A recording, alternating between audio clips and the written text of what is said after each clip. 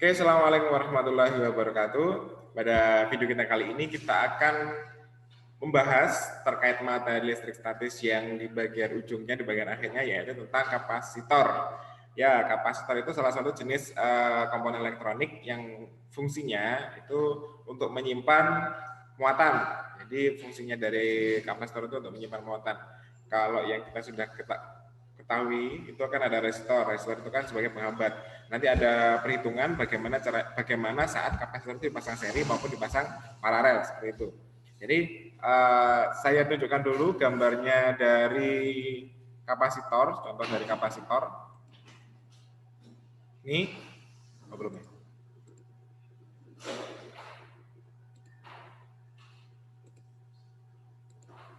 Ini adalah jenis-jenis kapasitor. Kapasitor itu ada dua jenis sebenarnya, ada yang nilainya tetap, ada yang nilainya ada yang tetap, ada yang tidak tetap. Kalau yang nilainya tetap itu jenis-jenisnya ada ini, ada kapasitor keramik, polyester, kemudian kertas, mika, kapasitor elektrolit, sama kapasitor tantalum. Ini bentuknya seperti ini. Kalau kalian melihat suatu rangkaian, terus di dalamnya ada komponen-komponen seperti ini, itu dinamakan kapasitor. Fungsinya adalah untuk menyimpan muatan.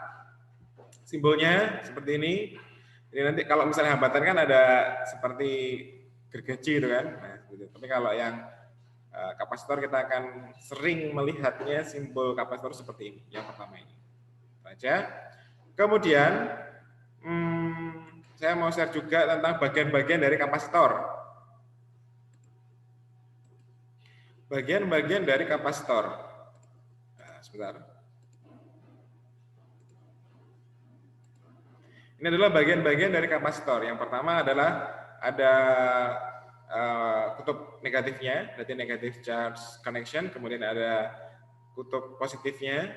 Kemudian di dalamnya itu ada namanya dielektrik. Bahan dielektrik itu adalah bahan yang disisipkan, yang dimasukkan ke dalam kapasitor. Jadi kalau misalnya ada kapasitor kertas tadi, itu berarti dia di dalamnya disisipin sama kertas. Ada juga yang dari pasta juga ada seperti itu. Kemudian dia juga dilapisi dengan metal plate. Nah, ini ada metal plate-nya, ada konstanta dielektriknya. Nanti konstanta dielektriknya ini ada hubungan, ada rumusnya tertentu. Kalau misalnya kapasitor tersebut diisi dengan konstanta dielektrik berapa, itu nanti juga dia akan mengalami perubahan. Kemudian di bagian luarnya itu ada plastik yang di dalamnya ada dibungkus dengan aluminium seperti ini. Jadi ada muatan negatif, muatan positif, kemudian ada konstanta dielektrik, bahan dielektriknya apa, kemudian ada metal plate, ada aluminium sama plastik insulation seperti itu. Terus saya akan share lagi tentang kapasitor, tadi udah bagian-bagiannya. Terus kemudian kita akan belajar pada konsepnya terkait tentang kapasitor. Nah, sebentar.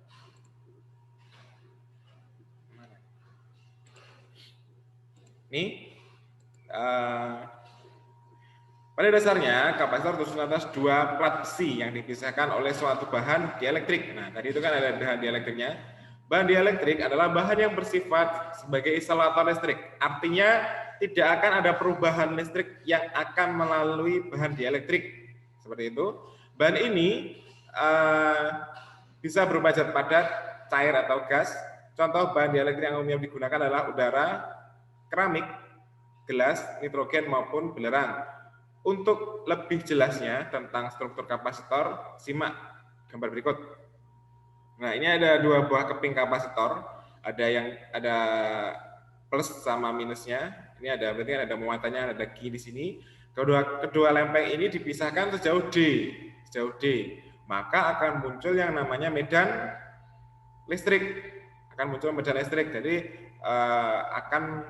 akan mengalir dari muatan positif menuju muatan negatif di saat dihubungkan dengan tegangan. Jadi kalau ada tegangannya baru bisa muncul ini ya, ada bisa muncul E-nya seperti itu. Berdasarkan gambar di atas terlihat bahwa saat plat dihubungkan dengan sumber tegangan V, muatan positif akan mengumpulkan di salah satu kaki elektroda, berarti di sini di plat P, dan muatan negatif akan mengumpulkan di kaki elektroda yang lain di plat R, seperti ini. Nah, jadi muatan positif tidak akan mengalir ke kutub negatif dan sebaliknya. Muatannya tidak mengalir ya, ingat muatannya tidak mengalir, tapi E-nya itu kan ada arah ini kan, ada arah kuat medanya seperti itu. Jadi kan kalau misalnya plus itu kan apa namanya, arah kuat medanya kan keluar seperti itu.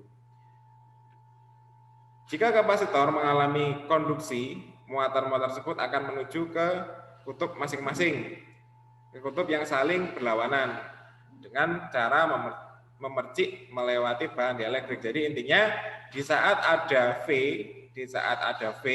itu ada kuat medan itu kita bisa menganggapnya yang mengalir itu kuat medannya, maksudnya bukan muatannya ya. Jadi muatannya tidak mengalir, tapi kuat medannya ada apa ya? Ada pengaruh di situ, ada kuat medan yang mengarah dari muatan plus menuju muatan negatif sejauh D. Nah, kita akan cari tahu hubungannya itu seperti apa.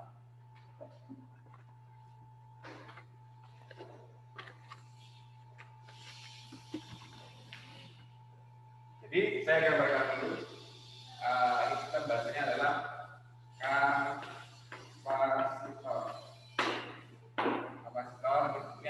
Ini ada plat.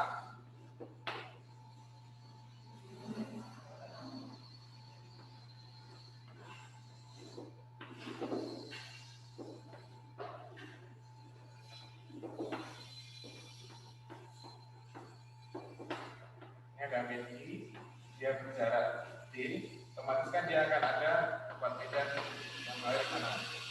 Yang mengalir kuat medannya ya, ingat. Jadi di sini kita bukan dengan kanan, jadi di sini ada V.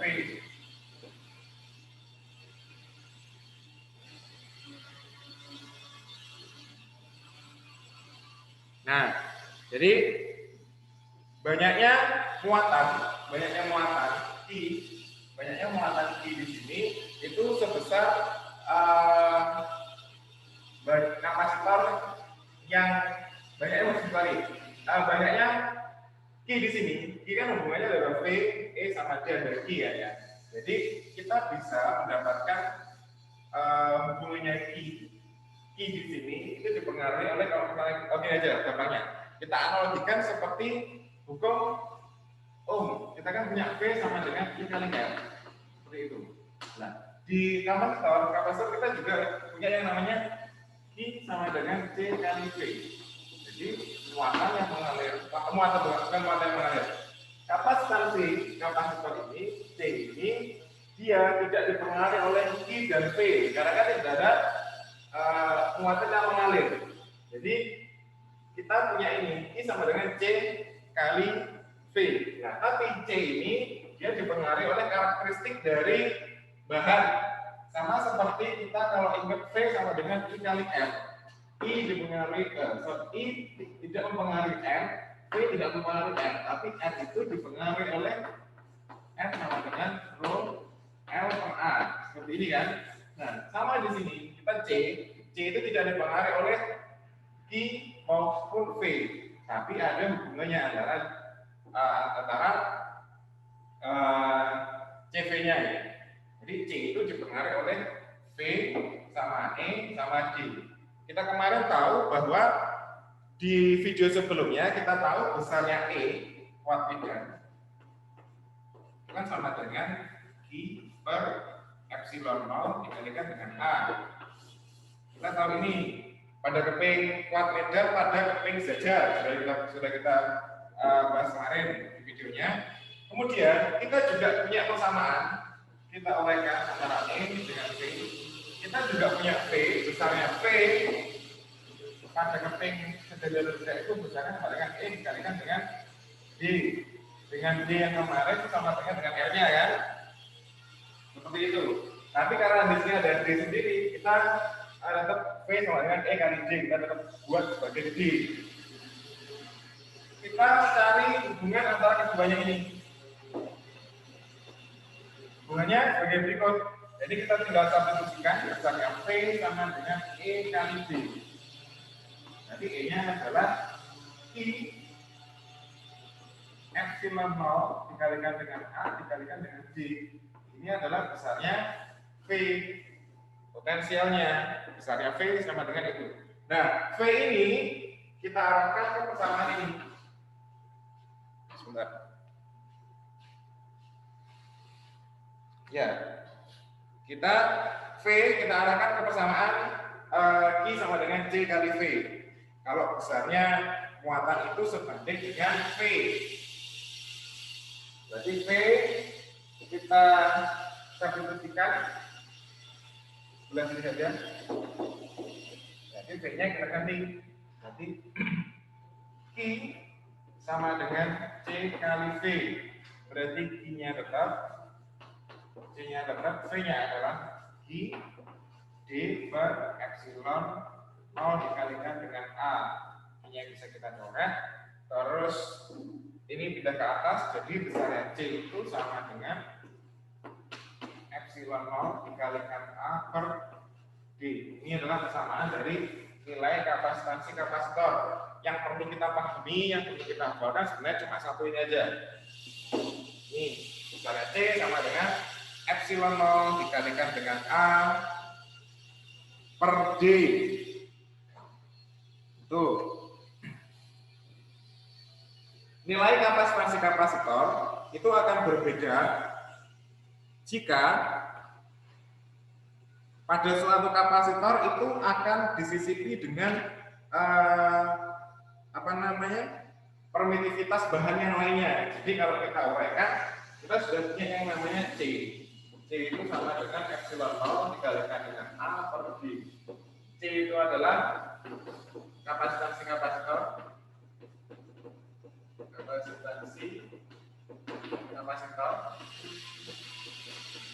Sebabnya berarti dia dalam satuan farad. Terus ada epsilon 0, epsilon 0 itu permitivitas bahan. Terus kemudian ada A itu adalah luasan. Kemudian ada D itu adalah jarak. Nah, kalau misalnya dalam suatu kapasitor kita sisipi dengan nilai permitivitas bahan yang lainnya. Jadi E0 itu kan permitivitas ruang hampa, jadi tidak ada permitivitas udara. Tapi di dalamnya adalah ruangan yang kosong. Gitu. Jadi kalau misalnya kita punya kapasitor yang di dalamnya akan kita sisipi dengan permitivitas bahan yang lainnya, itu jadinya seperti ini. Jadi besarnya C yang baru kita buat CB itu sama dengan emitivitas yang baru atau relatif. Kita biasa sebutnya sebagai emitivitas bahan relatif. Relatif itu berarti yang apa yang mau diisikan ke dalam kapasitor dikalikan dengan C.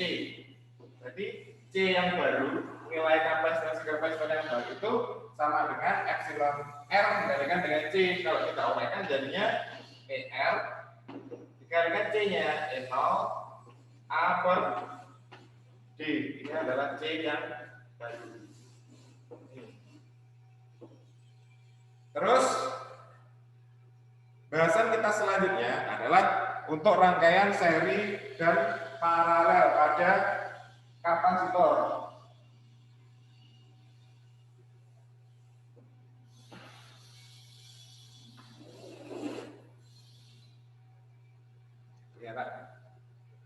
Rangkaian seri dan paralel.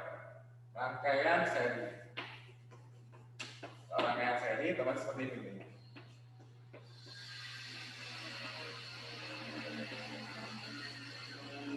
Ini ada Q1, ini ada Q2. Jadi kalau dia seri berbeda dengan hambatan. Kalau seri berarti ini adalah dianggap sebagai paralel, perbandingannya dari hambatan. Jadi 1 per C1 C2. Berarti 1 per C1 ditambah dengan 1 per C2. Nah, seperti ini. Terus Kalau dia seri berarti kalau hambatan itu kalau dia seri yang sama itu adalah arusnya. Sama dengan kapasitor, berarti yang sama itu adalah muatannya. Berarti I1 sama dengan I2. Nanti kalau V-nya berbeda. Kemudian untuk paralelnya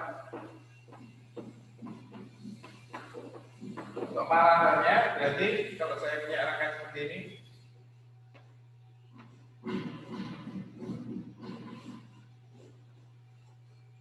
ini ada C1, ini ada C2, ini ada V, berarti Q totalnya atau super CS-nya, saya terus ini aja. Berarti C paralelnya itu sama dengan C1 plus C2. Berarti I-nya I1 tidak sama dengan I2.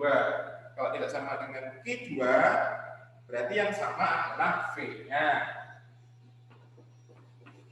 Berarti yang dari ini V1 tidak sama dengan V2. Ini.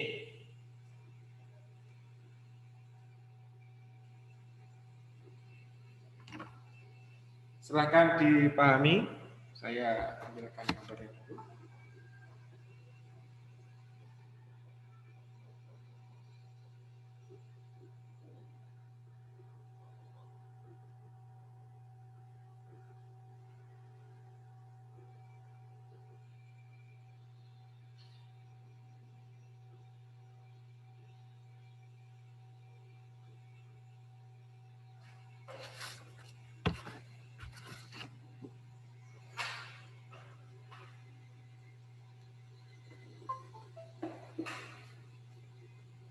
Ya,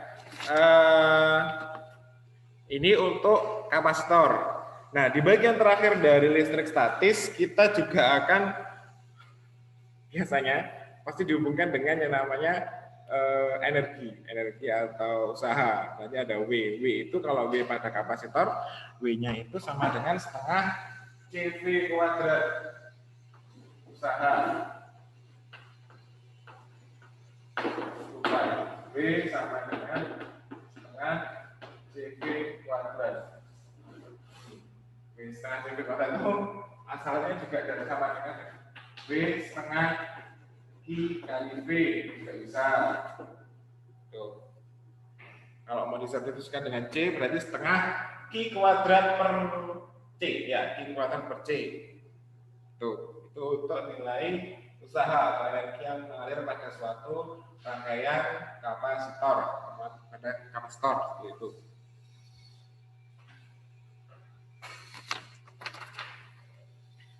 Ya, demikian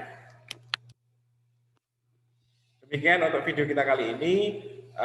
Berarti pembahasan tentang listrik statis sudah selesai. Mungkin yang sebagian yang di bagian kanan yang tentang rangkaian seri dan paralel itu agak tidak jelas gambarnya. Nanti akan saya fotokan, saya sertakan di waktu pembahasannya. Jadi nanti akan saya ambilkan fotonya di situ. Baiklah, terima kasih untuk waktunya. Terima kasih untuk hari ini. Assalamualaikum warahmatullahi wabarakatuh.